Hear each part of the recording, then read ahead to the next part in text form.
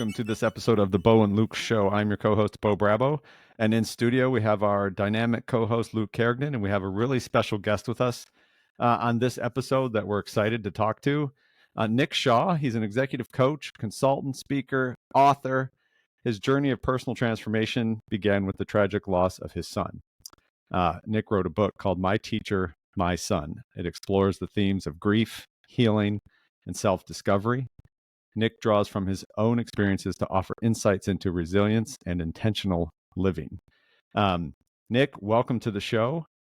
So excited to get into this. We love the topics of resilience and intentional living. You've written some really good blogs out on your website that I recommend people go check. meetnickshaw.com. Let's get that out there so you can check them out while you're listening. Nick, why don't you just tell us a little bit about yourself and we'll go from there. Sure. Well, first off, guys, thank you for having me on your show. I'm very excited to connect with the two of you today and to connect with your listeners. My name is Nick Shaw. I live in Carlisle, Massachusetts, which is a tiny little town about 20 miles northwest of Boston. I am married to my wonderful wife, Susie. I have three boys. My youngest is Bodie. My middle son is Kai. And my oldest son, who passed away almost 5 years ago, was William. Actually, yesterday would have been his 14th birthday. Wow. Yeah. And yeah, by as you said, by profession or my day job, so to speak, is I'm an executive coach. This past year, I started my own executive coaching and leadership development company called Mirrorbox Leadership Lab. And when I'm not doing that, I'm spending time with my family in the outdoors and enjoying nature. I think that's fantastic.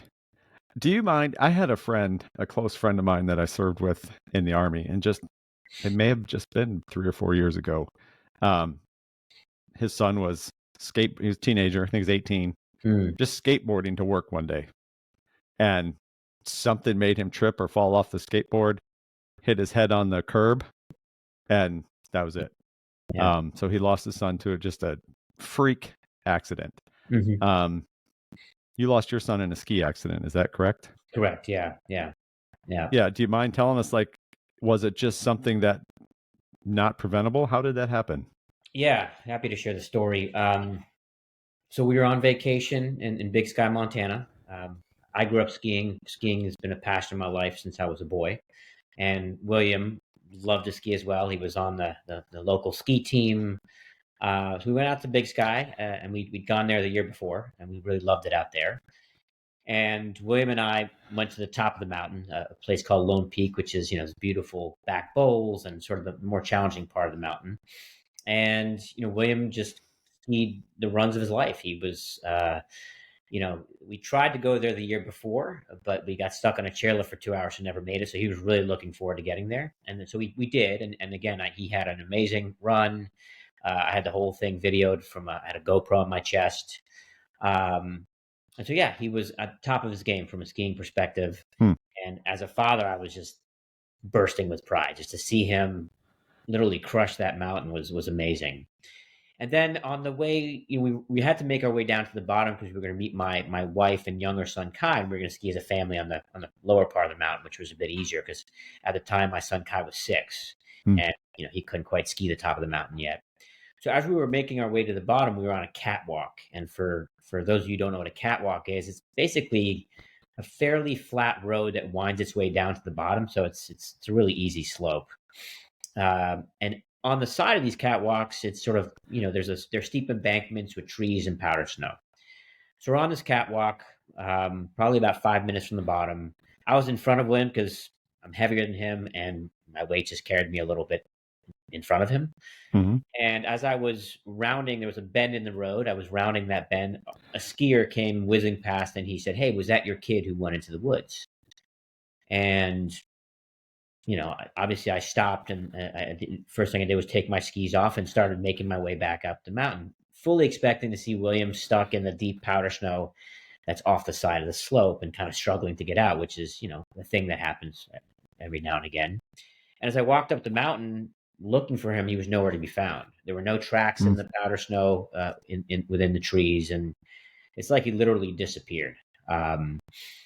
So I don't really know what happened to him or what caused him to go into the woods off the side of this slope. Yeah. Uh, but eventually, a search ensued, and I'd say probably between an hour and a half later, they found him. They brought him to the ski patrol clinic, attempted to revive him, and then I heard the awful news that he had passed. Wow. We're very sorry for your loss. Yeah, thank That's tragic for sure. How has that, this might be a big question, and I think we can pick it apart, on the topic of resilience, right? So it's a very traumatic event. Can't imagine a more traumatic event in a parent's life than you. that. Um, how did that help build your own resilience, and even with how you help coach people today? Um, what has that meant to you in your own walk since then?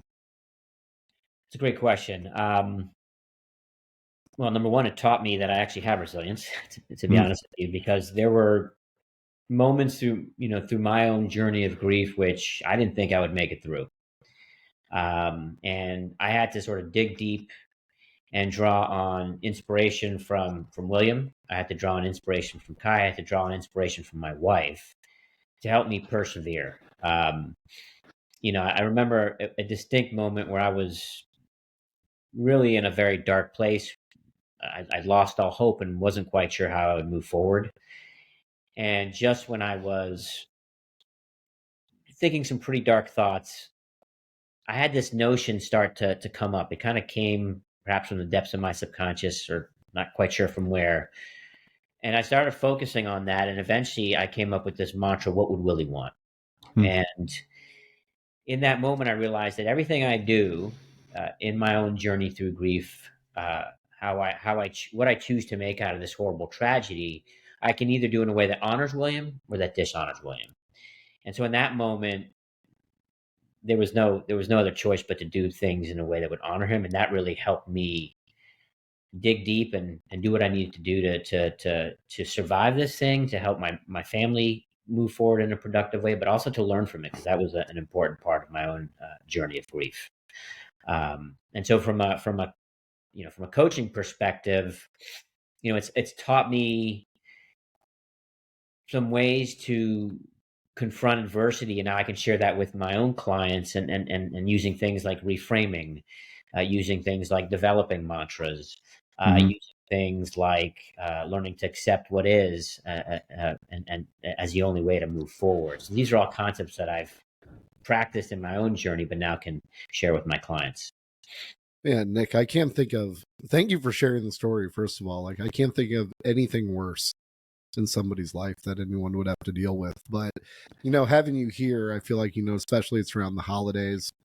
You know, almost an opportunity to where you can like really speak to the listeners, and I just want to really dive into what you've learned because although like, gosh, I hope this happens to nobody else, but it does. Yes. And people don't talk about it, and I imagine there's folks out there that aren't as far along in their journey and going through the grief in those steps. you Yeah. know do you mind diving into just a little bit about, and I'm sure this is what a lot of your book is about as well, Mhm. just talking to the listeners, and if someone's going through something like that, like how would you address them? What would you say? Sure. Yeah, so for those who have lost someone, a loved one, whether it's a child, a parent, a spouse, whatever. Loss is loss as far as I'm concerned. I think the most important thing I learned in my own process is that grief is unique, right? And we all do it in our own way. And I can remember in those early days where some very well-intentioned people would send me grief books, and you read the literature and it presents grief in a very linear process, like step 1 through 6. And while grief certainly follows some form of that, how you go through that is entirely personal, and it's an individual thing. And so, what I would say to anyone is just grieve how you grieve. Don't try to fit into a mold, and give it time, because it takes time. So I'm almost 5 years out from my loss, and so I'm obviously in a very different place than I was. But you have to be patient. You have to be very compassionate with yourself, because you will do all matter of self judgment, self criticism, guilt, it all bubbles up when you're dealing with loss. And so self-compassion is extremely important. Um, and at some point, and this is not initially as you know, as you're entering into the grief process, but at some point in that journey, acceptance is the key, because you have to accept what happened to eventually move forward. Yeah, that's powerful. I mean, just easier said than done, you know? Yes. Like I don't even know like how you'd, because like as it sounds like crippling. I'm trying to think of myself in that situation, you know. But as you move forward, that you know the days keep coming. Things Mhm. still need to be done. You still have to do stuff around the house. You still have to make an income for your family and things like that. And I just cannot picture how I would get that out of my head and transition into doing that. At least not successfully. Do you know what I mean, Bo? Like, Yeah, no, I absolutely do. That's why, Nick, I think your advice of be patient with yourself and be kind to yourself. Everybody's grief is a little bit different, but it's going to take time, Yes. Yeah. and yeah, it's one day at a time, I'm sure. So, Nick, Yeah. how did writing the book, My Teacher, My Son, how did that impact like your own personal healing process? Um, did it yeah, how did that make you feel? Writing the book, in essence, was my way of grieving. I remember, in the early days after it happened, I didn't, I didn't.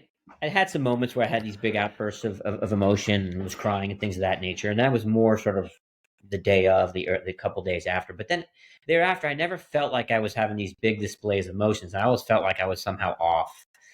Uh, and it was only when I started writing the book that I realized that my process of grieving was about trying to make meaning out of about what happened to William. And for me, that meaning meant learning. And so every day I would go into William's room and I would meditate, and I would, in my meditation, pose the question, what can I learn from this? And that was just the way I did it. Mhm. That was my process of grieving, and then getting it on paper and into a book was just an extension of that process. I decided to write the book because I felt like what I learned would be valuable to others. And Mhm. my whole idea was hopefully no one ever has to go through what I had to go through, but certainly the perspectives I gain, I think, are valuable, whether you've lost someone or not, or whether we all face challenges in life. And I think there are lessons in there that apply not just to loss, but all manner of challenges that people Mhm. face. Um, so that was the way I grieved, and that was a Yeah. way for me to create a legacy for William as well, because I wanted who he was to endure, and again, that was just another part of what helped me grieve. Yeah.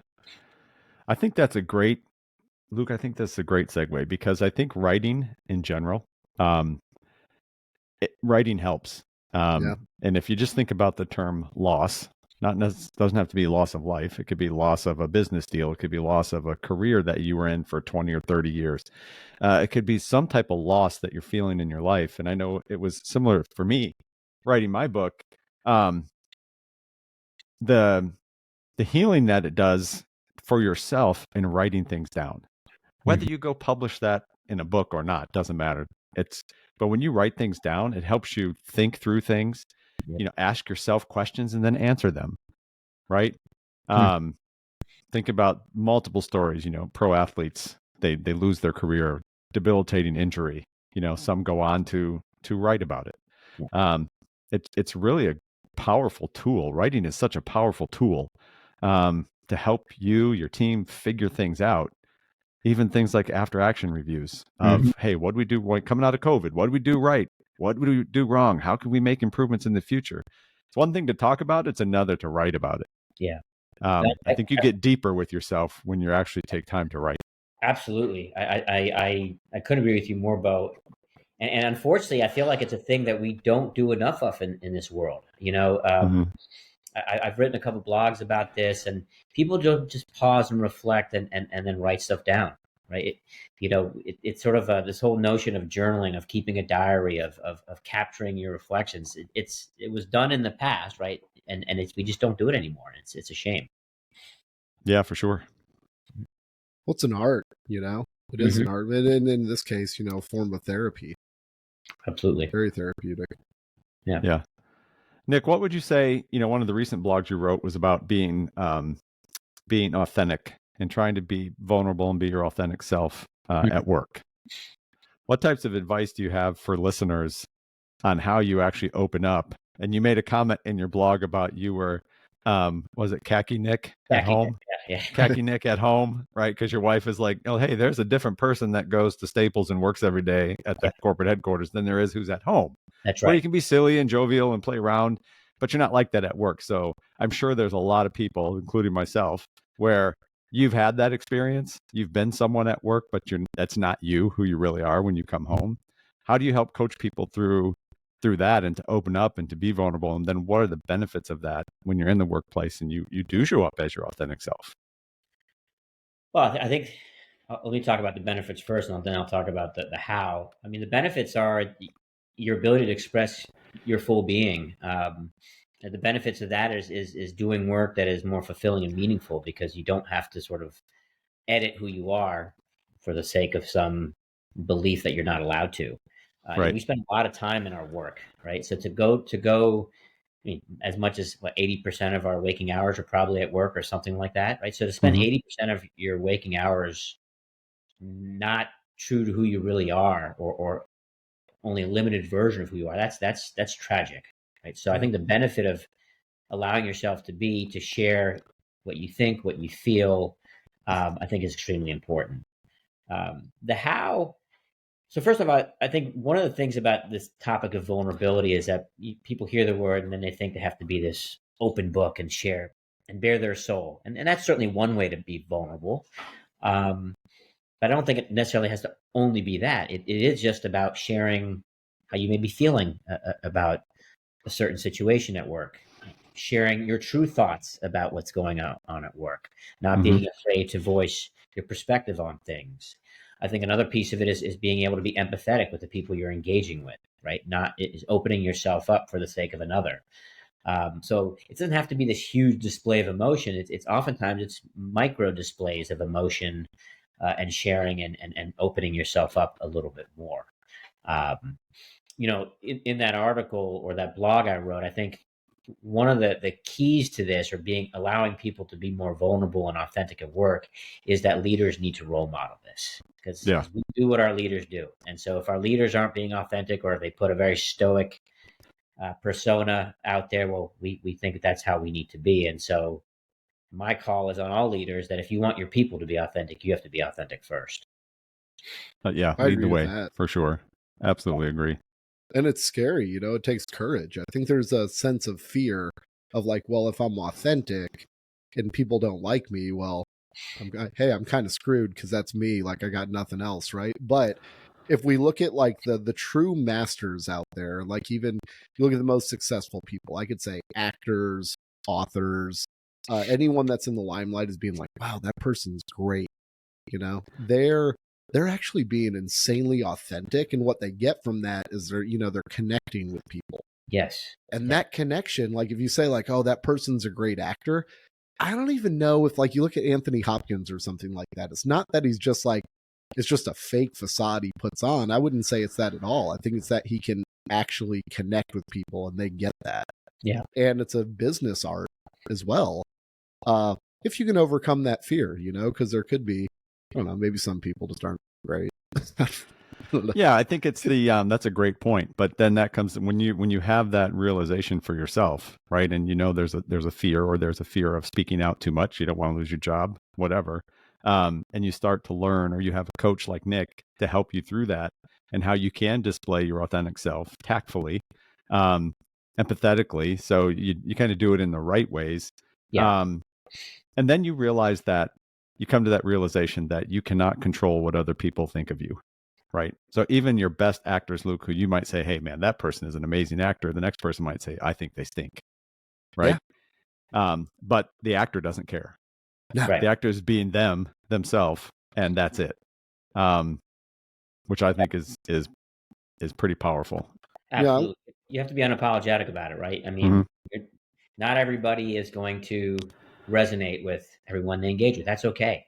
I mean, that, we can't be liked by everybody, but that doesn't mean we have to, again, shut ourselves off because we want liked by everybody, right? I learned a trick, I'd say about a decade ago, and it's probably been my secret weapon in all of business and everything as far as success goes. And that's just using like my beacon as just love, saying love and everything. And I think there's corporate love as well. And the beautiful thing about that word love, especially even in a professional environment, is if you're doing things out of a place of love, you're going to get pretty close to doing the right thing almost every single time, right? It might not, it's almost like the just the intent matters more than the technique. Absolutely. You know, if that makes sense, because if I'm doing it from a place of love, whether it's somebody that, you know, I'm at odds with, or even just a fellow coworker or somewhere we have a disagreement, if I approach it from a place of like, okay, I'm gonna do this from a place of love, I usually don't mess up that hard. I agree with you. It's about the intention, right? And as long as we approach something from a place of good intention, yeah, you might not execute it perfectly. That's okay. But if the intention is there, then people will appreciate that. So I think that's right. It's about love. It's about connecting. I think one of the things you said, Luke, is when we're vulnerable, we connect better with others, because when we're vulnerable, it's an invitation for others to be vulnerable, and that's how we form connection. That's how human beings connect. And honestly, before everything happened to our family, I wasn't vulnerable. I mean, I was khaki Nick, right? I had the suit of armor that I put on every day at work, and this book was me being as vulnerable as I possibly could be. And I'll share with you guys that since doing that, I've gotten emails from people I haven't seen in 20 or 30 years, and they've been super vulnerable with me, just sharing how much they've appreciated and sharing their own stuff they've been dealing with. So it's a lesson for me that vulnerability invites more vulnerability, and that's been something that's been on repeat for the last couple of weeks or months since the book's been out. I think that's great. Those are great insights. So thinking about, intent, how do you describe intentional living? How do you approach intentional living and help others be intentful in their own lives?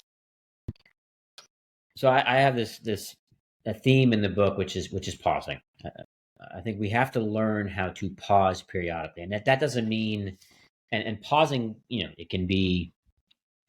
I took a 6-month leave of absence after William died. That was the pause I took. It doesn't have to be that. It can be micro pauses throughout your days, weeks, and months. Just a pause, step back, reflect, ask yourself some important questions about how you're feeling about where you are. Are you on the right track? Are you showing up in the way you want to show up at work for your family? I think it's about pausing and posing some important questions that then allow you to redirect as necessary. I think that's perfect. Yeah, I agree with that. There's so many people that just don't do that. It's a I coach a lot of executives, and I see folks who are just they're on this constant go mode on the hamster wheel, and it's just go go go all the time. And my biggest concern for those people is that life will pass them by, and then one day they're going to be like, oh my God, what happened? And that to me that's tragic, right? To get to that point in life and realize, what did I just do? Did I spend enough time with the people that matter most to me? Was I the best possible version of myself at work, at home? And if the answer is no, then that's it's not a place you want to end up in. It's true. I could not. Yeah, absolutely.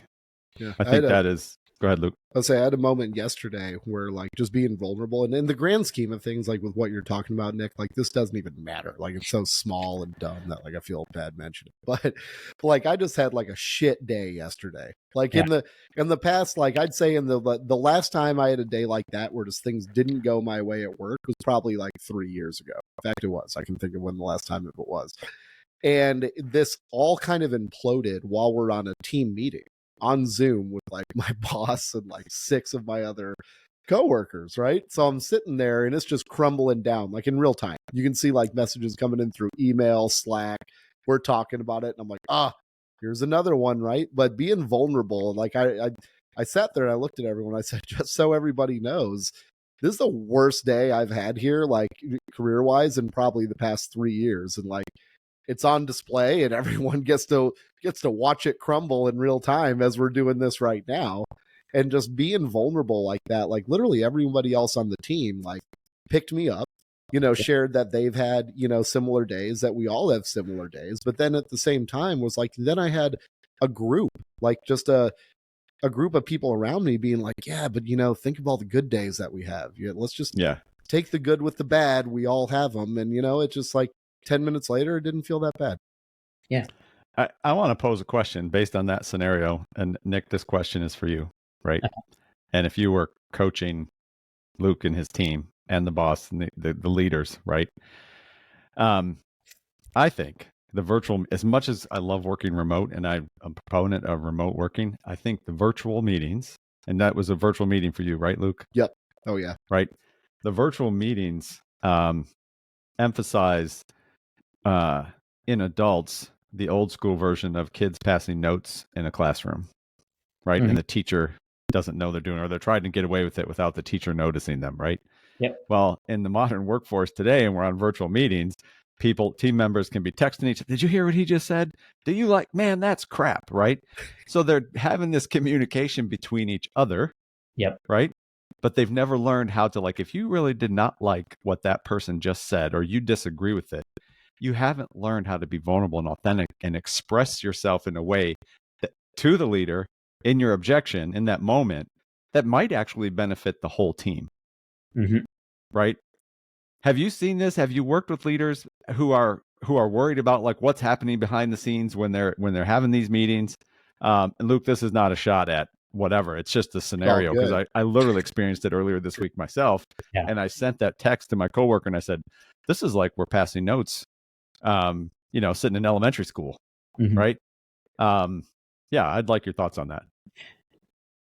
So I've never encountered a leader who's been worried about that, just in a general sense of, because I think it happens regardless, right? I think I've had leaders be more concerned whether it's virtual or not virtual, at the side conversations that tend to happen, Mm-hmm.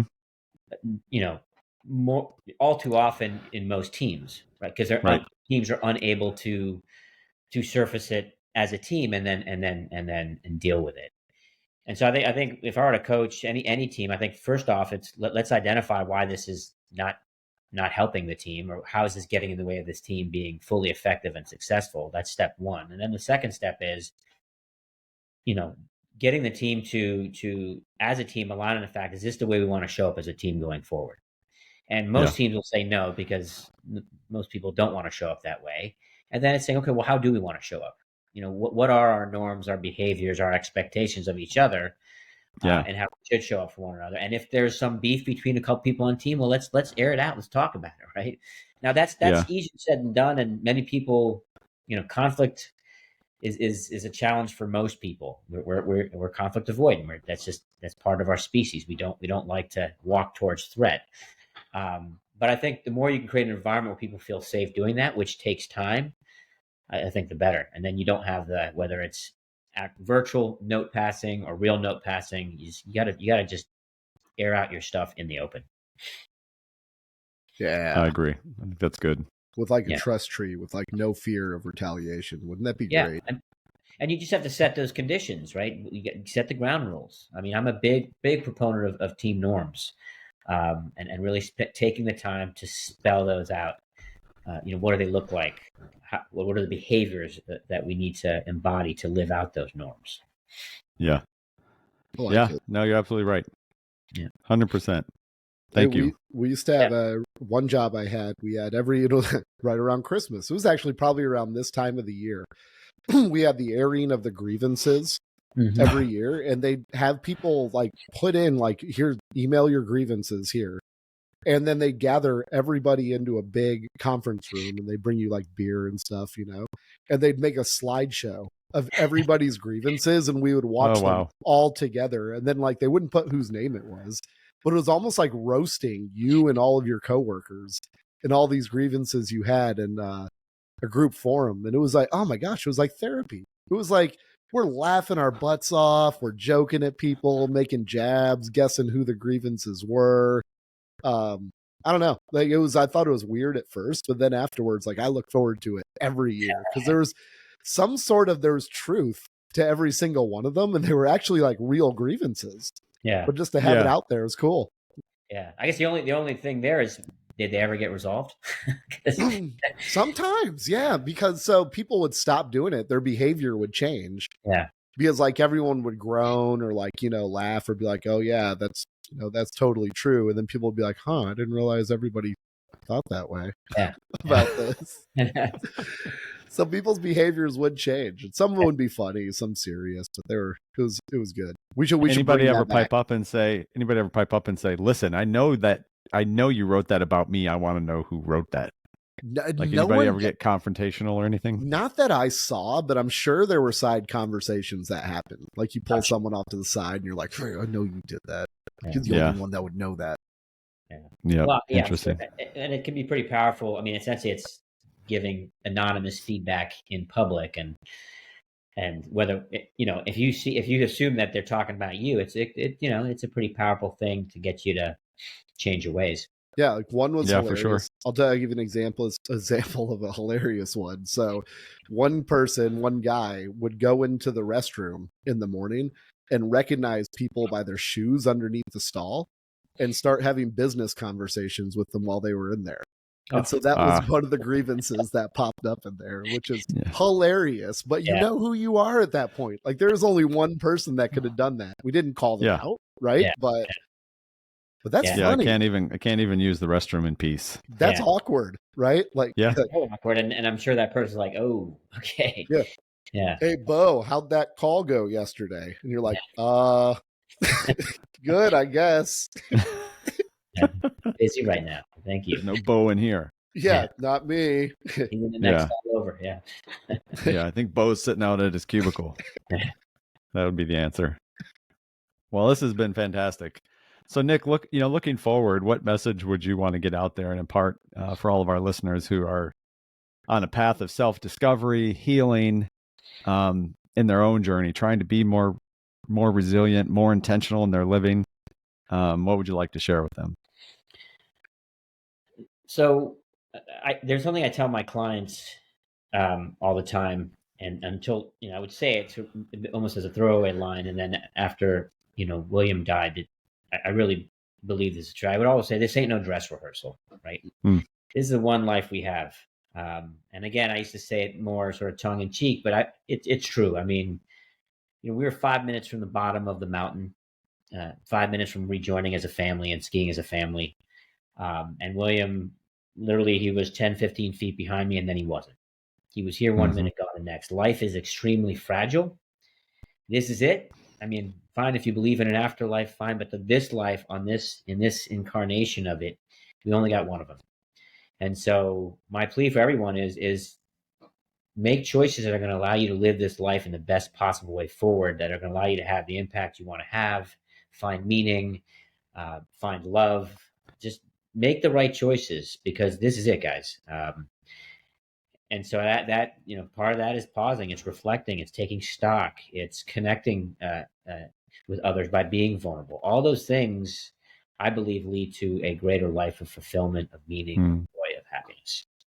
Yeah, and I would imagine of fulfillment of all those around you. Exactly. Yes. Right. Yeah. That's great advice. Thank you, Luke. Yeah. Any parting thoughts? Just Nick, thanks for being vulnerable with us today. I don't know, listeners, I don't know when this is going to be released, but it's right before Christmas now, and it's just this conversation with you, I think, is just going to make me, be a little bit more grateful and intentional about how my own holidays are, and my behaviors as we go through this. So this is one of my last conversations I have before I go cut out for the holidays and spend it with my family and loved ones. So I don't know, I'm sure this is really helpful for all listeners too, but it was especially really helpful for me, and just thanks for being vulnerable. You're making changes in people's lives, and I bet that's what Willie would want too, right? That's why I'm doing it, because I know it's what he would have wanted. Yeah.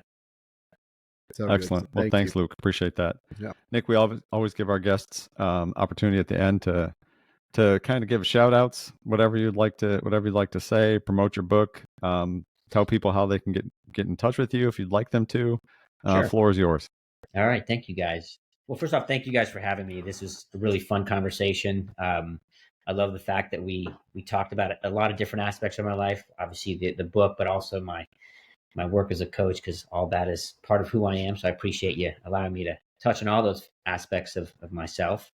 Yeah, shout out to my family, to my wonderful and beautiful wife, who's been by my side through thick and thin. To all three of my boys, William, who's up above and somewhere, but I know he's looking down on all of us. To my middle son Kai, who's growing up to be a little man, which is pretty cool to see, and to my 3.5-year-old Bodie, who is keeping me young every day, which is yeah, he's just a little spitfire and a joy to be with.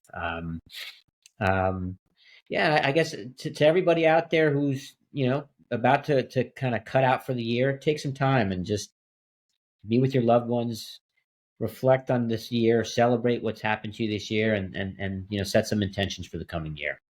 I guess that would be my last parting message. And then as far as the book, you can purchase the book anywhere books are sold. It's on Amazon, Goodreads. If you're not an Amazon person, want to order from your local bookstore, you can certainly have them order it for you. If you want to read some of my blogs, as Bo referenced, you can go to meetnickshaw.com. And if you're interested in my professional work, you can look up my company. It's mirrorboxleadershiplab.com. So thank you, and we'd love to connect with anyone who has any questions or just wants to hear more about what I'm doing. Excellent. Thank you. Bo and Luke Nation, you've been listening to Nick Shaw. Make sure you go check out his book, check out his website, his company's website. All of those links are in the show notes, so you can get them there. And with that, that's a wrap.